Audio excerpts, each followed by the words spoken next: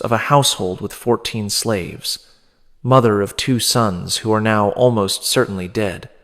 Now she stands in a stone courtyard in Sparta, barefoot on flagstones worn smooth by generations of feet, wearing a chiton that is not hers, that was given to her by captors who stripped away everything she owned, everything she was, with the same efficiency they applied to dismantling fortifications. Around her stand 31 other Athenian women. She counted them during the march. 31 wives, daughters, and widows of Athenian officers, collected from the ruins of Decelea like grain after harvest, sorted and transported to this place that Athenians speak of only in whispers. The courtyard is larger than she expected, clean, organized, nothing like the chaos of the sack, nothing like the blood and screaming that accompanied their capture. This is a different kind of horror, she is beginning to understand. Not the horror of violence, but the horror of system, the horror of efficiency. The horror of a process that has been refined over generations to produce specific outcomes with mechanical precision. Spartan women watch from the colonnade. Melina can see them in the shadows, observing the new arrivals with expressions she cannot read. They do not look sympathetic. They do not look cruel. They look evaluating, assessing.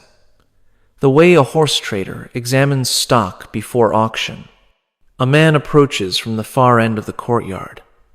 He is perhaps 50 years old, his body still hard with the muscle that Spartans maintain until death, his face bearing scars that map decades of warfare. He does not introduce himself. He does not need to. The crimson cloak marks him as one of the homoi, the equals, a full Spartan citizen with rights that extend to everything within the borders of Laconia. Including, Melina is beginning to understand, her. He stops 10 feet from the group and speaks in a dialect of Greek that sounds harsh to Athenian ears, consonants bitten off, vowels flattened, every word stripped to its essence. "You are no longer Athenians," he says. "You are no longer wives. You are no longer mothers. Athens has fallen. Your husbands are dead or enslaved. Your children are scattered. Everything you were is gone." Melina feels the woman beside her begin to shake. She wants to reach out, to offer comfort, but she does not move. She has learned already that movement attracts attention, and attention in Sparta is never kind to foreigners.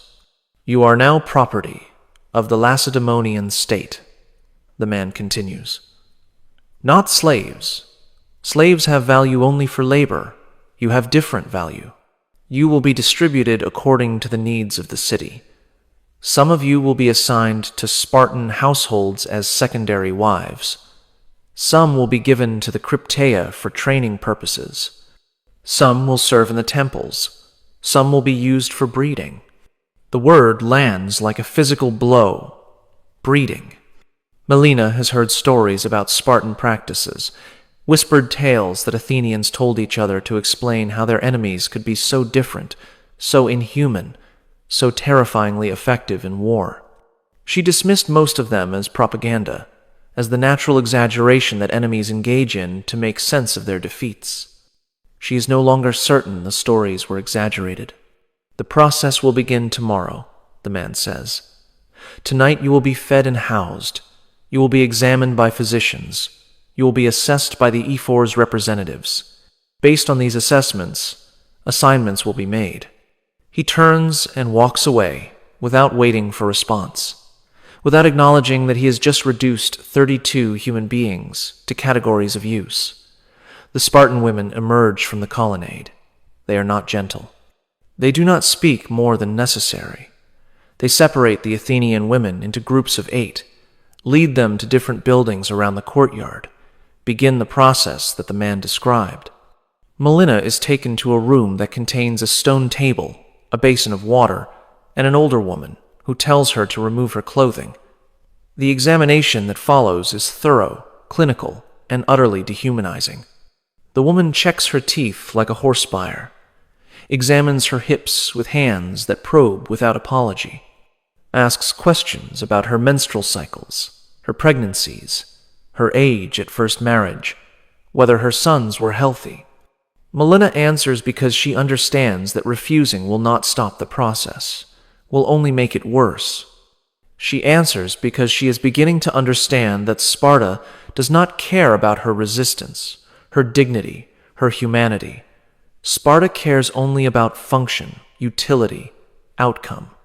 When the examination is complete, the woman makes marks on a wax tablet. She does not tell Melina what the marks mean. She simply gestures toward a door at the back of the room, beyond which Melina can hear other women crying. "Tomorrow you will be assigned," the woman says. "Rest tonight. You will need your strength for what comes next. What you are about to learn has been systematically obscured by 25 centuries of scholarship that preferred to focus on Spartan military achievement rather than Spartan domestic practices. The historians who wrote admiringly of Thermopylae and the 300, who praised Spartan discipline and Spartan valor, chose not to examine too closely what that discipline required, what that valor was built upon, what happened to the women and children and conquered peoples who made the Spartan war machine possible. Tonight, you will learn what Sparta actually did to captured enemy wives. Not the sanitized version that textbooks provide, not the romantic interpretation that sees Spartans as noble warriors defending Greek civilization, but the documented reality preserved in sources that scholars have traditionally dismissed or ignored because acknowledging them would complicate the heroic narrative. You will learn about the distribution system that assigned captured women to Spartan households based on breeding potential. You will learn about the Crypteia, the secret society of young Spartan warriors who used captured women for training purposes that ancient sources describe only in euphemisms. You will learn about the temple assignments, where women considered too old or too damaged for breeding were given to religious institutions that practiced forms of worship Athens would have considered obscene. You will learn why Spartan warriors were forbidden from marrying until age 30, and what they did during the 15 years between completing their military training and being permitted to take wives. You will learn about the wife-sharing customs that allowed any Spartan citizen to request access to another citizen's wife for breeding purposes, and how this same custom was applied, with modifications, to captured foreigners. You will learn about the children born from these arrangements, where they went, what they became, how the Spartan state created new categories of person, neither citizen nor slave nor free, to accommodate the offspring of enemy women and Spartan warriors. You will learn why ancient sources consistently describe Sparta as a place where women had more freedom than anywhere else in Greece, and why this description, while technically accurate, conceals a horror that most historians have been unwilling to confront directly. Subscribe if you want to understand the darkness that powered history's most celebrated military culture.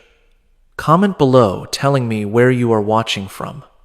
Because Melina is still waiting in that room, still hearing other women crying through the walls, still not knowing what assignment means, what breeding means, what the next months and years of her life will contain. And I am going to tell you exactly what happened to her. But before I reveal what the Spartans did to the wives of their defeated enemies, before I explain the system that had been perfected over 4 centuries to break Athenian women and rebuild them as instruments of Spartan reproduction, I need to take you back.